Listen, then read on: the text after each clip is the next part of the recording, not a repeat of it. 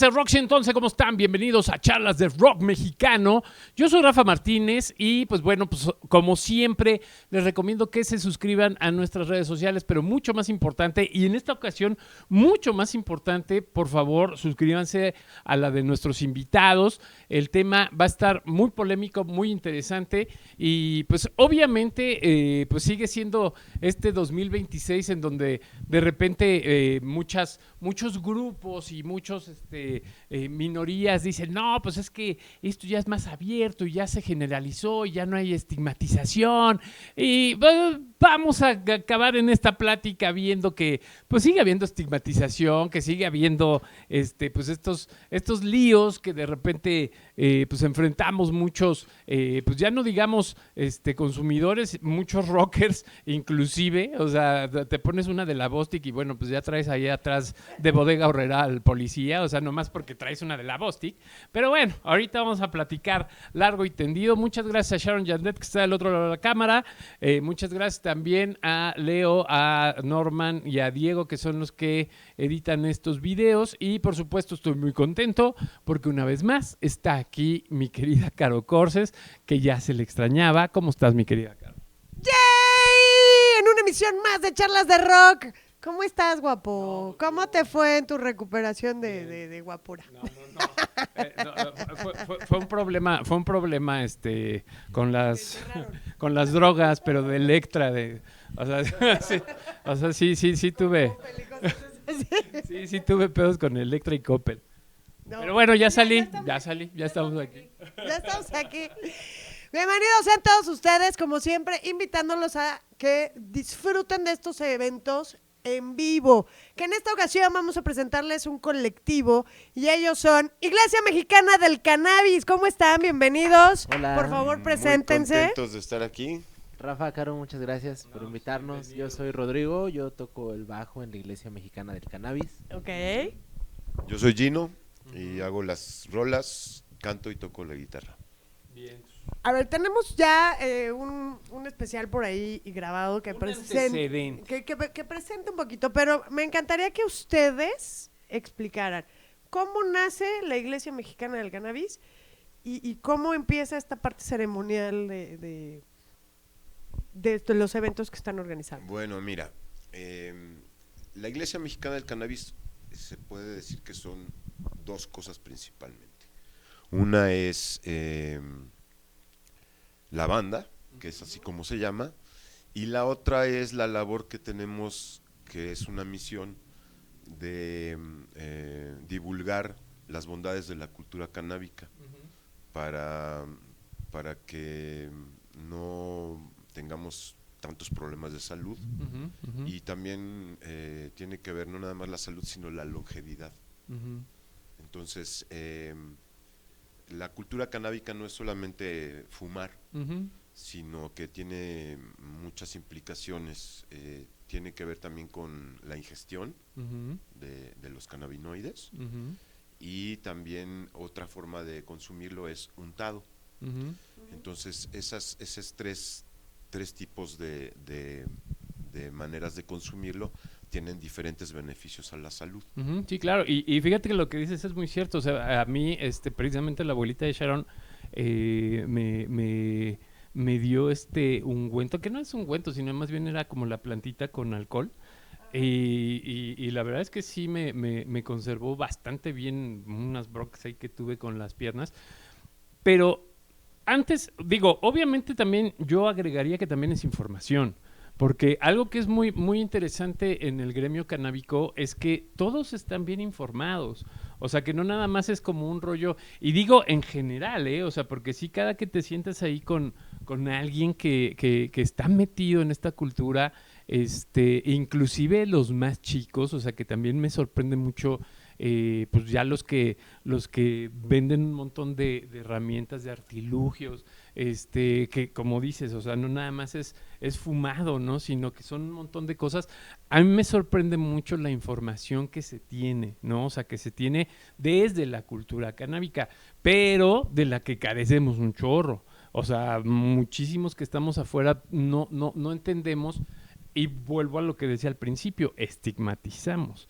O sea, esta estigmatización sigue estando, ¿no? O sea, mucha gente, ahorita que están en el Metro Hidalgo, estas zonas permitidas, pues se quejan, ¿no? O sea, se quejan pues hasta de lo más estúpido, ¿no? O sea, ni siquiera de la acción, sino así de, ay, no más, estaban re feos todos. O sea, yo creo que algo muy importante es exactamente cómo luchar contra la estigmatización. Contra el juicio, sí. Exacto, contra el juicio. Sí, porque ya lo mencionan y en automático ya te tacharon, no te conocen, no han hablado contigo y y ya tienen un juicio de la persona, o sea, ya con todas sus formas de ser. Claro, y vale, por ejemplo, la pena destacar aquí el detalle, ¿no? De lo que implica iglesia.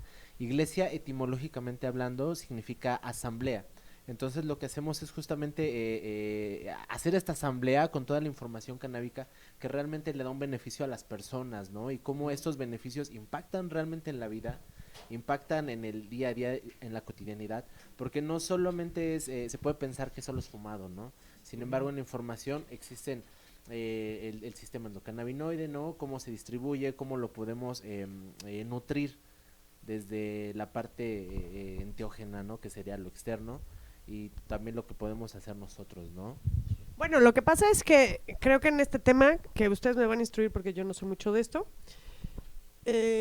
cuando hablamos de temas medicinales, inclusive se habla de los aceites como el CBD, que le quitan el componente del THC, ¿estoy correcta? Mira, voy a retomar un poco lo que dijimos hace rato de la información. Tu percepción es que ya hay más información. Bueno, por lo menos entre ustedes, Claro, o sea, entre los, lo que pasa los es que, consumidores. mira, nosotros, este proyecto de la Iglesia Mexicana del Cannabis empezó formalmente con ese nombre en el 2019, fue el 10 de agosto de 2019, pero todo esto viene de muchos años atrás. Yo me dediqué mucho tiempo al rock and roll, al rock. Yo vivo mi primera actuación profesional fue en 1970. Órale. Yo tenía 4 años de edad y me dedicaba a cantar con mi papá en los palenques con el mariachi, como tipo Pedrito Fernández, pero antes. Okay. Entonces sí me eché unas giras ahí cantando rancheras. Y después en el 85, después de regresar de Madrid, fue cuando empezó Rocotitlán. Claro. En unos días antes del temblor de... Sí, de hecho tuvieron que cancelar porque fue el 15 y tembló el 19. Sí. Y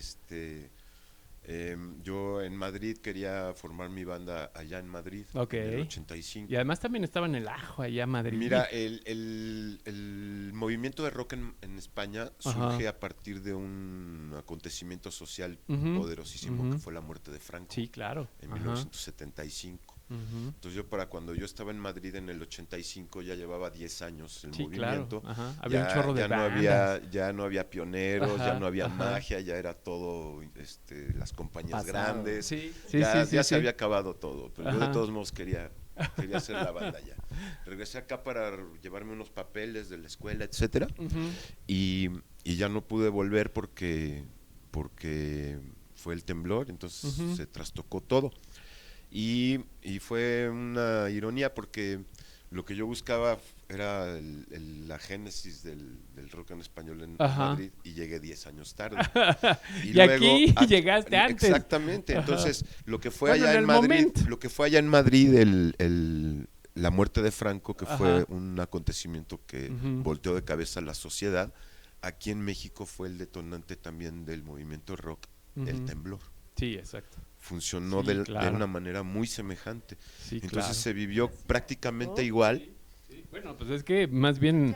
Pero fue como el boom más... Lo que pasa es que las bandas empezaron exactamente en los camiones a amenizar a todos los albergues y todo ese rollo, y como el gobierno no se podía meter, o más bien no se quiso meter, o tú vas a ver qué, pues obviamente la gente se acostumbró a las rolas de La Maldita, del Aragán, o sea, de toda la gente que iba participando en estos albergues. Bueno, ahí hay un fenómeno bien interesante porque si tú te pones a ver cómo es el rock antes de la década de los 80s, en esta onda de los hoyos funky, etcétera, casi todas las bandas mexicanas eran de raíces bluseras. Sí, claro, exacto. Toda la parte negra que se sí, mezcla claro. con el country en el sur de Estados Unidos. Ujú. Y todas esas bandas vienen de todas las bandas de blues y de rock y de rhythm and blues que hay en ese tiempo. El movimiento de Tijuana, Sí, que vino muy fuerte también acá después a la Ciudad de México. el We Got Y the todo Power. era de raíces negras. Ajá. En los 80s lo que sucede es que, bueno, yo lo viví en el sur de la ciudad, porque casi todas las bandas de los 80s vivían de la colonia Nápoles hacia el sur. Sí, exacto. Y esas ya venían de influencias de otros países como Argentina Claro. o España, Ujú. que ya su música estaba más bien basada en los movimientos de New Wave Ujú, ujú, de Europa, ujú, y ya no tenían esa raíz del blues. ujú, ujú. Entonces, los chavos que empiezan a tocar ese tipo de pop en los 80s, que ya no tienen esa relación con el blues, Ujú. esos chavos vienen sobre todo del Colegio Madrid, yo me Ujú, acuerdo muchos. exacto. Entonces, Que se decía que ahí en el porque Colegio era un Madrid había una semillero. clase de rock. porque eran muchas personas Muchísima que venían gente. de Sí, que sí, sus sí. papás venían de otros países Exacto. y todavía tenían lazos en Argentina, en Ujú, Uruguay, exacto. en España, Ujú. y iban de vacaciones o de alguna manera iban a España, Argentina, Ujú. y traían, los discos, exactamente. Exactamente. Sí, sí, sí, Y entonces con esos discos lo que pasó acá que fue una influencia muy grande Ujú, del pop español y pop Ujú, argentino ujú. sobre todo, ujú. y no empezamos a hacer covers, sino a crear nuestras Claro. propias Sí, bandas con influencias de estas bandas argentinas y sí, españolas, completamente. pero con propuestas originales. Ujú. Y yo creo que ese es el parteaguas entre la música que había antes en los 70s y finales de los 70s, Sí, ya lo que eran con las raíces negras, Ujú. y esta otra parte que ya viene de chavos Ujú. de chavos jóvenes, de Ujú. veinteañeros, Ujú. y que vienen con los discos nuevos de Ujú. otros lugares, ¿no? Exacto. Y obviamente en esta incursión tuya, pues me imagino que el contacto canábico pues fue muy natural. O sea, yo obviamente pues, que te conozco y más o menos ahí sabido de Pues tu trayectoria. fíjate que ¿No? no, fíjate que yo empecé a tocar, yo no sabía tocar, entonces Ok. empecé a tocar punk, el bajo, Ajá. porque solo sabía tocar una nota. Ajá. Entonces con esa me llevaba varias rolas y no pasaba nada, porque el chiste Ajá. era romper las cosas, no tocar Ujú. música elaborada. Sí, exacto. Ajá. Pero no, mi conexión con el Vino cannabis después. fue muy tardia. Yo Eso tuve mi está primer interesante. contacto a los 24 años. Antes era un deportista Ujú. de más o menos alto rendimiento y no consumía ningún tipo Que también de es sustancias, contextual. y ni alcohol tampoco. Sí, claro, que también es contextual, porque, o sea, yo me acuerdo también de muchos rockeros exactamente esa cuestión, o sea, como había mucha represión, mucha carencia, muchas cosas, pues optabas por hacer ejercicio, o sea, como que tu onda era más bien estar Bueno, así. yo era el raro ahí con pues, mis amigos. No, porque muchos, o sea, sí, Me acuerdo muchos. también del vocalista de Ansia, Por que ejemplo. llegaba en la noche en Sí, su sí, sí, sí, bicicleta, por no ejemplo. tomaba nada, tocaba, Exacto. cantaba y se regresaba en la noche, en la madrugada. Ajá, a su igual casa en rodando. bicicleta. Claro, Y en exactamente. ese tiempo pues casi nadie andaba en bicicleta, No, eso me exacto. pareció muy simpático. Eso está chido, buena historia. Bueno, pero de ahí, ¿cómo incursionamos a la iglesia? Lo que pasa es que yo después del punk, después toqué en el bajo también con otra banda, con Guillermo Zavala se llamaba el guitarrista. Él fue el que realmente me enseñó a tocar el bajo. Ok. Como Ya te que se enseñó más parece- notas. que sí, yo nada más sabía Pues una. no No, me recuerda mucho al episodio de Homero Simpson cuando se vuelve bajista. Él me enseñó y entonces estuve tocando, era una banda como de hard pop, Y después ya entré a cantar en otra banda que conocí en una estación de radio. A estas personas de una banda que era nueva, se había deshecho su banda anterior y estaban haciendo un nuevo proyecto y faltaba un cantante, y yo ese día fui a esta estación de radio y ellos estaban al aire diciendo que necesitaban cantante. Yo iba a promocionar una de las tocadas de mi banda de hard, y ahí los topé y me quedé cantando con ellos, y fue una de las bandas pioneras de esa época. Me acuerdo que solo había bien poquitos lugares donde tocar, por ejemplo el Tutti Frutti, Rocotitlán, el lugar era nuevo, el Bar 9 tocamos también ahí. Y ahí en el Bar 9 pues tocábamos con La Maldita, tocaba ahí, tocaba Bonnie, Los Enemigos del Silencio, tocó Caifanes ahí también en el 9. Y nosotros, la banda se llamaba Mangogo, y también entramos a la batalla de las bandas 1 de Rocotitlán, y ganamos, bueno, llegamos a la final, grabamos un disco acoplado con otra banda que se llama Raxas, sí, ¿cómo no? que era de Lino Nava antes de la Lupita, de Lino y el Bola, otra banda que se llamaba Ansia, claro, ¿cómo no? otra banda que se llamaba Consumatum Est, ¿cómo no? Qué bárbaro. Crista Gali, Los Crista Gali, y, sí, claro. y no me acuerdo cuál, creo que ya Branda. Y Branda. Y todavía por ahí sigue el disco en línea en YouTube, pueden encontrar las sí, canciones, sí, y se encuentran la rola. y el Piromaníaco Mangogo, del amor. y son esos. Branda después Tabo hizo Resorte. Exactamente. Branda hizo Resorte. Que le mandamos un abrazo al cielo a nuestro querido Tony Méndez. Al Tony, a Lino, a Tabo, a Lino Nava. Que se acumulen esta semana si no Van a estar, si no se cambian a la cultura canábica. Se van a sentar a ver el programa, vas a ver. Sí, no, sí. Y entonces, bueno, obviamente, pues sí, te vas de Mango. Con el Mangogo fue cuando conocí el reggae. Ellos son los que me enseñaron. Te metieron son a unos esta onda. maestrazos, los hermanos González. Okay. Son unos genios de la música. Bueno, es que... El señor González. Sí, claro. Ajá. Sí. Y su hermano Armando sí, en claro. el bajo. Ajá, claro. Y Víctor en los teclados, junto con Gianpaolo en el saxofón. Y creo que era... ¿Quién era el Page? No, el Page no. Era Gianpaolo... Sí, y Alejandro Nogueira en la batería. Ellos eran Baraja. Ajá, Baraja, sí, claro. El cantante. Ajá, y el cantante creo que fue a estudiar música en Nueva York o algo así, pero la cosa es que se deshizo esa banda. El señor González se fue a Botellita de Jerez. Y bajo, batería y teclados hicieron Mangogo con Samuelito del Rock, que se va a la guitarra. Y Adolfo Dueñas en la otra guitarra, y ahí es donde yo entro a cantar en Mangogo, y sí, estuvo muy divertido esa etapa.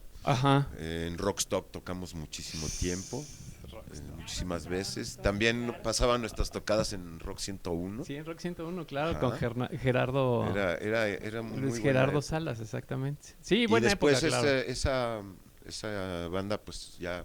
Son cosas de viejitos, muchachos. Yo escucho cada y quien sí, tomó cada quien tomó su camino.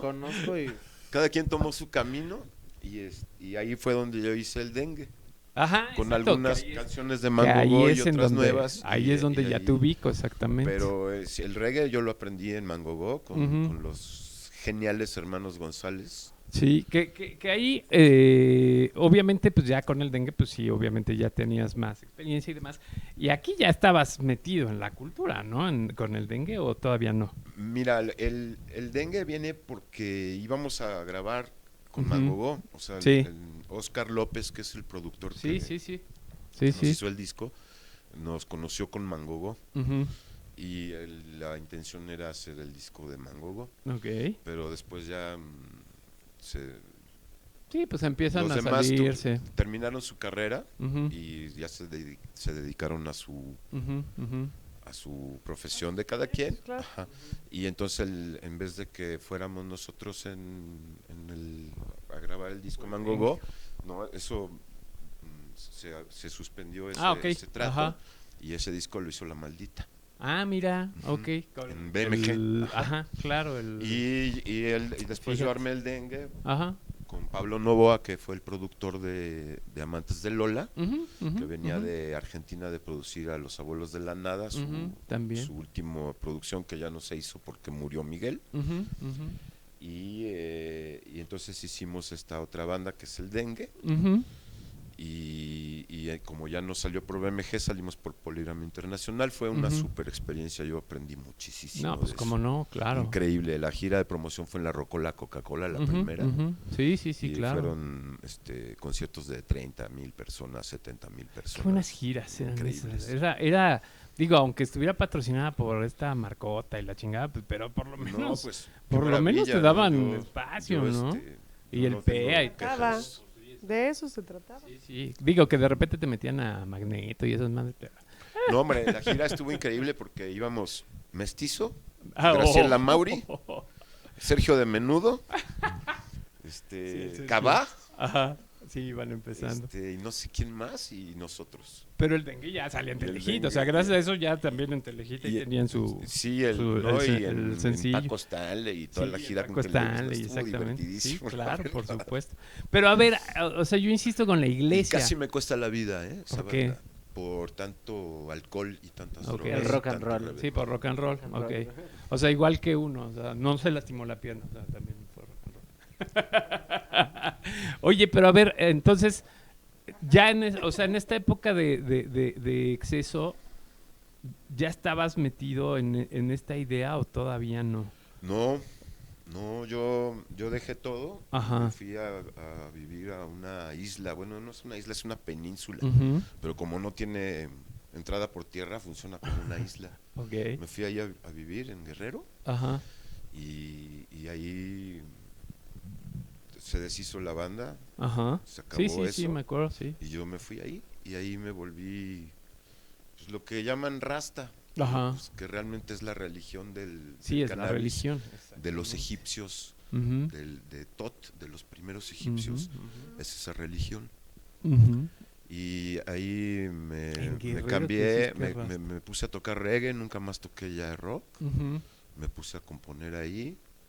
Y ese lugar era de Owen Lee, que es el camarógrafo del Calipso, Ujú, ujú. camarógrafo submarino de Jacques Cousteau, Sí, sí, sí. que llegó ahí a Cihuatanejo y se bajó del Calipso y ya nunca más se volvió a subir. Sí, se claro, quedó a ahí se vivir quedó. ahí. Sí, sí. Ahí me fui a vivir Órale, con qué este señor loco. Owen Lee, Ajá. un súper amigo, ya falleció. Sí, ya falleció.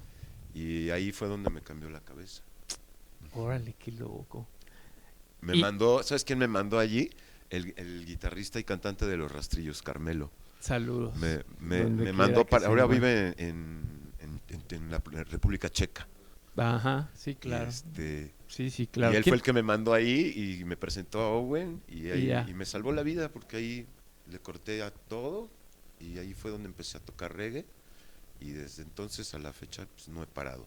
Pero ya no me interesaba como Sí, como principal. show, ni Ujú. como una fuente de ingreso, ni como Ujú, nada. ujú, Yo ujú. de la música nunca he cobrado nada. Ujú, He vivido de otra cosa. ujú. Eh, Órale.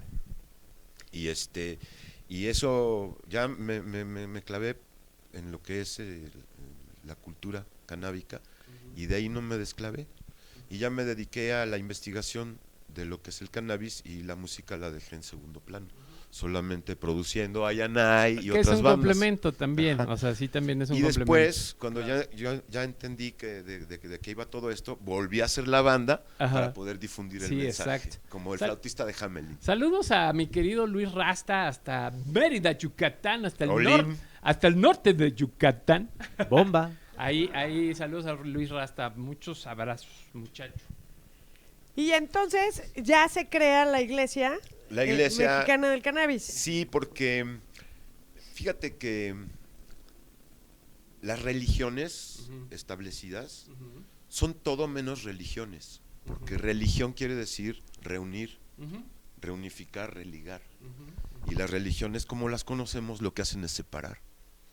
Entonces me puse a pensar, bueno, ¿y cuál sería la verdadera religión del mundo, no? Entonces dije, el rock, ¿no? No, pues ¿cuál? No es cierto, eso en los países musulmanes no existe. Entonces, no es eso. Entonces lo único que me brincaba era el fútbol soccer, como la religión del mundo.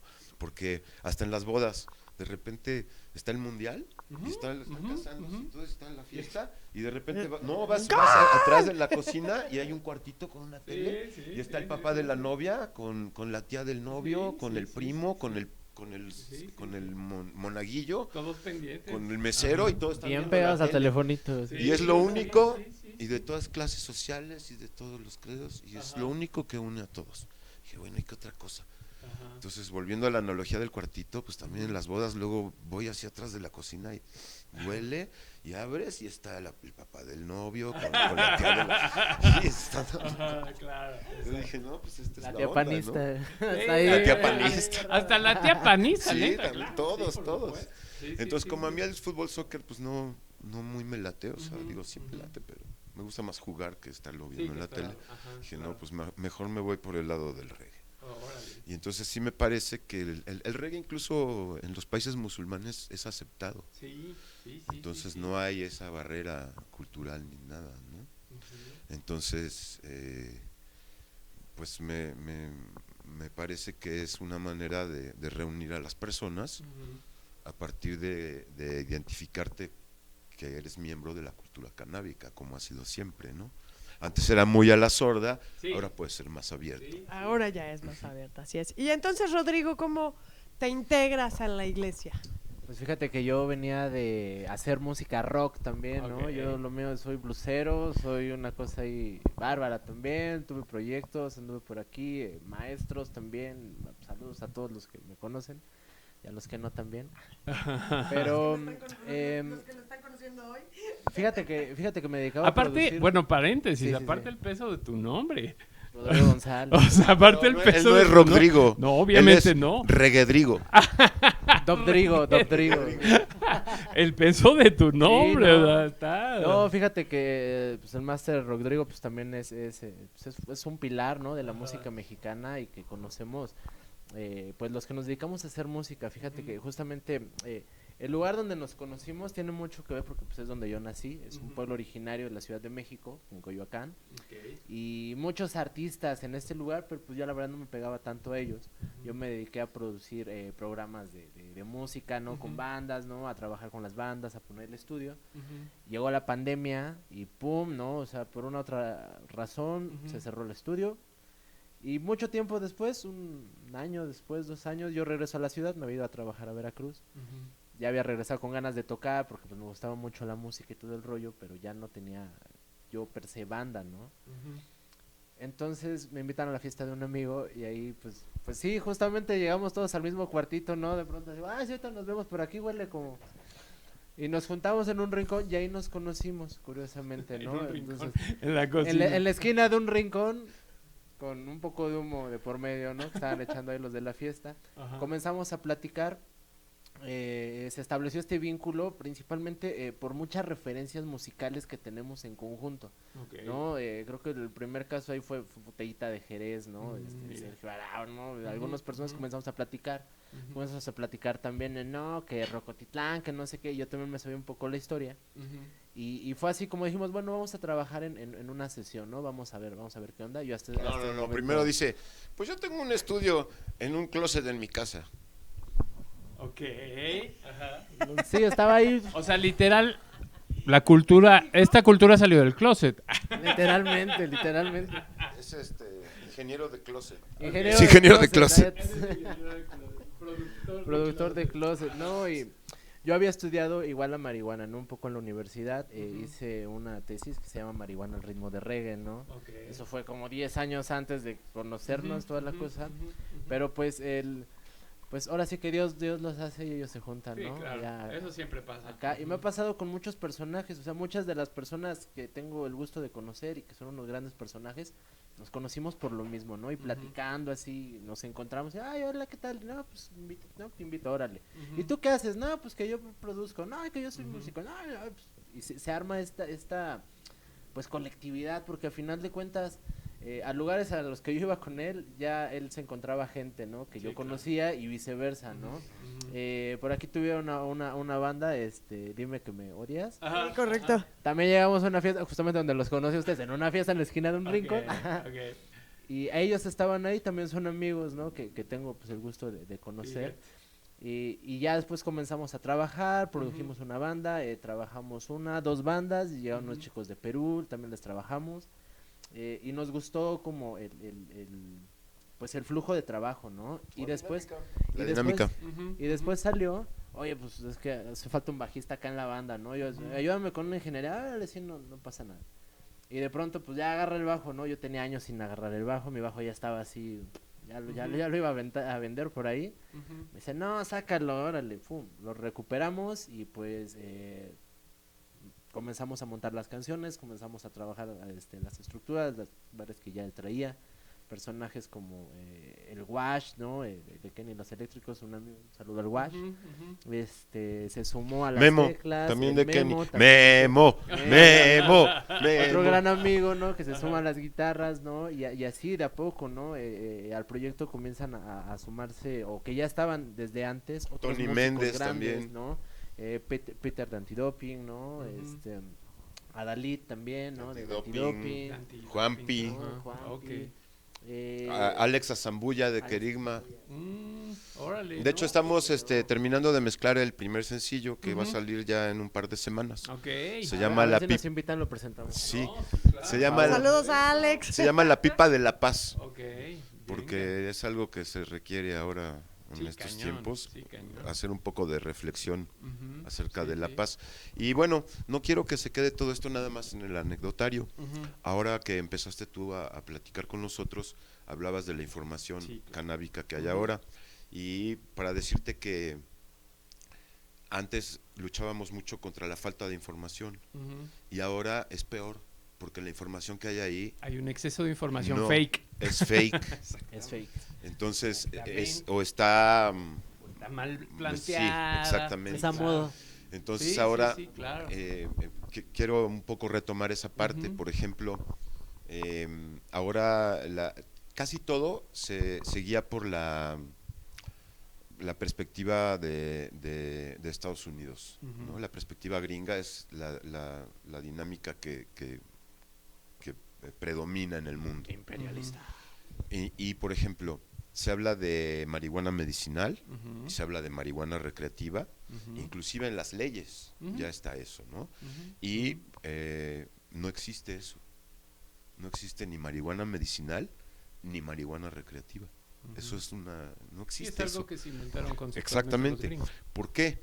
Porque si tienes algún padecimiento, sí puedes alivianarte consumiéndola, pero eso no quiere decir que sea una medicina, porque las medicinas solo son para los enfermos, y cuando no estás enfermo no puedes tomar las medicinas. ¿Para qué te las tomas? Entonces, si estás enfermo, solo el doctor te puede decir qué medicina tomar, en qué cantidad y durante cuánto tiempo.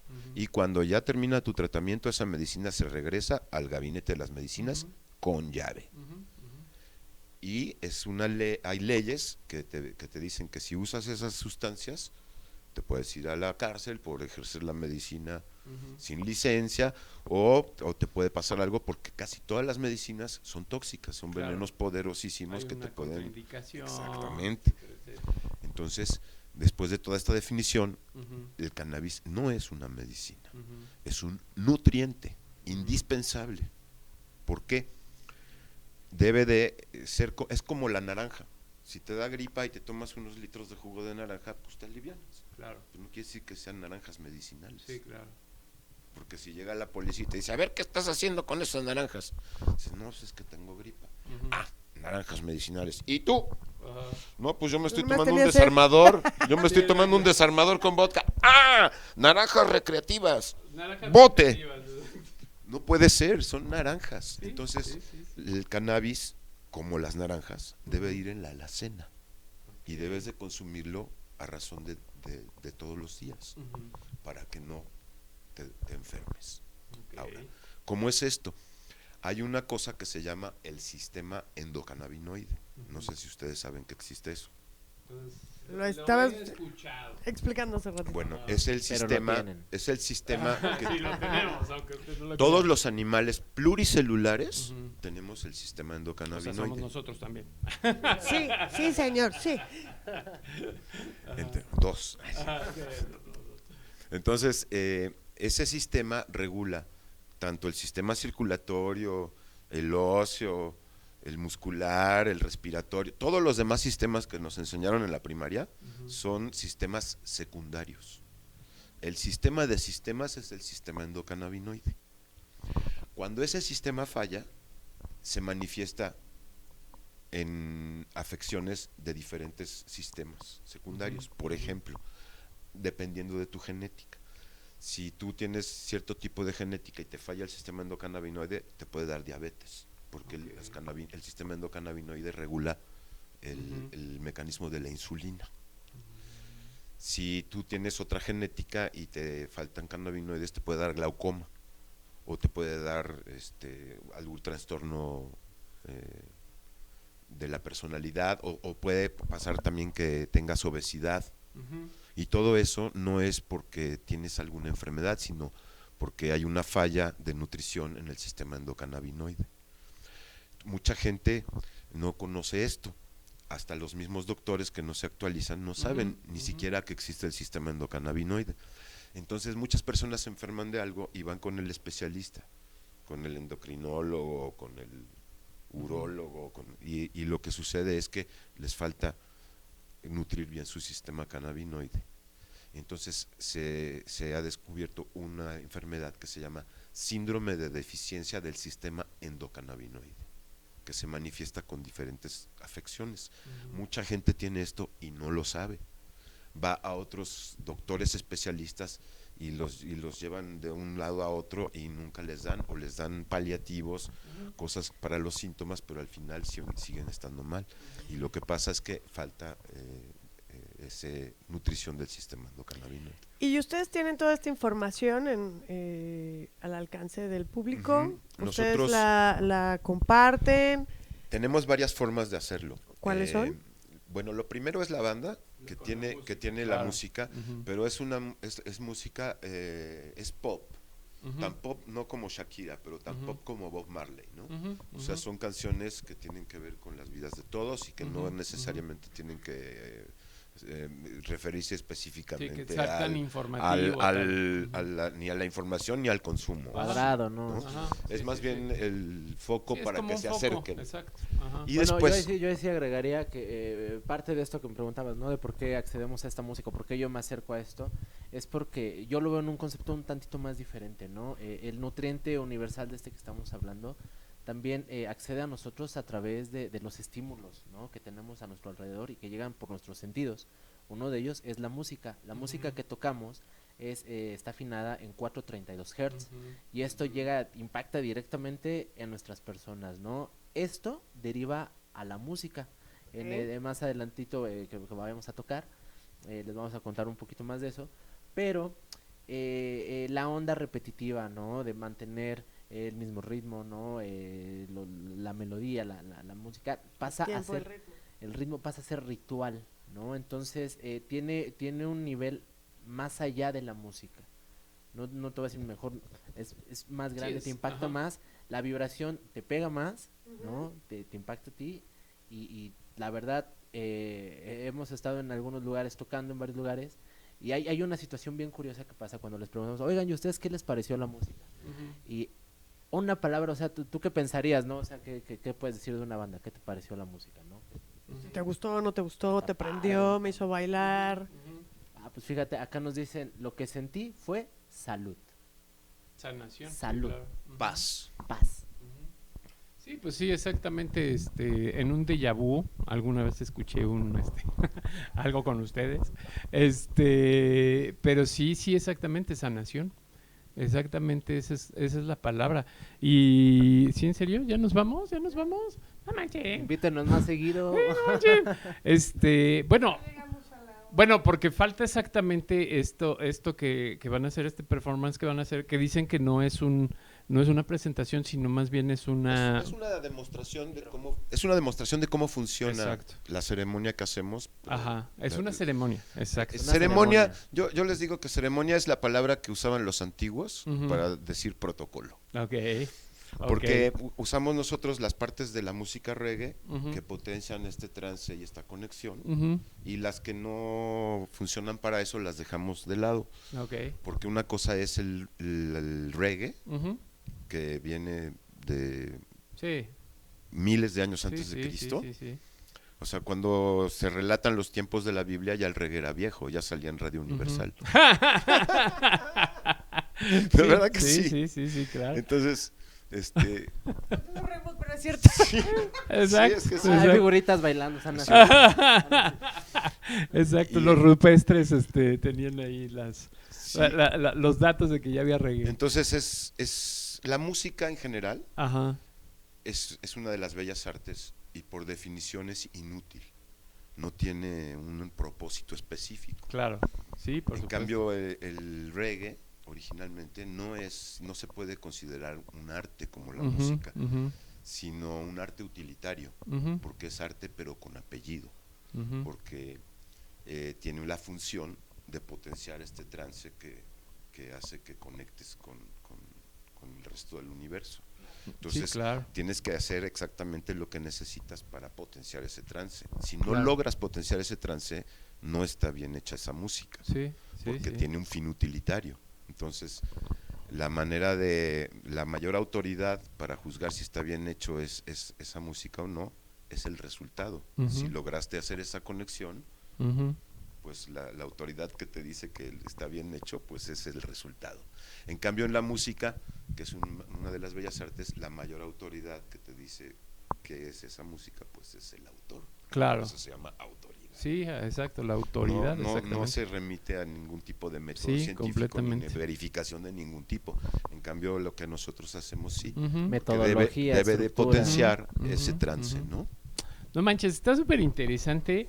¿Cómo se vuelve uno feligrés de la Iglesia Mexicana del Cannabis? ¿En dónde están redes sociales? Mira, hacemos muchas presentaciones en Coyoacán, en el centro de Coyoacán. Ahí también pueden encontrar los productos en la movida coyoacana. Es en la Casa del Artesano, el local 21. Ah, perfecto. Ajá. Sí. También pueden pues invitarnos, ¿no? A que seamos partes y que sean parte de ustedes de las ceremonias, ¿no? Nosotros la onda aquí es compartir, ¿no? Compartir este conocimiento, porque al final de cuentas le ayuda mucho a la gente, no solo a nosotros, sino es llevarlo a las demás personas.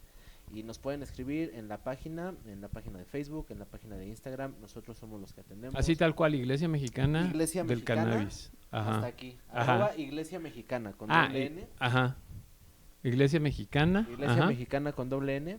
Y así nos encuentran en Instagram. Ahí nos escriben. Ahí pueden ver el catálogo de los productos. Tenemos unos productos que dan para otro programa sin problemas. Entonces, es mucha información. Creo. Sí, no, está cañón. Está muy cañón. Este es capítulo 1. Sí, capítulo 1. Si quieren el otro, luego se van a hacerlo allá. Más la ceremonia que vamos a tener ahorita a continuación. Pues, una pequeña probadita, ¿no? Sí, para que vean cómo funciona. Exactamente.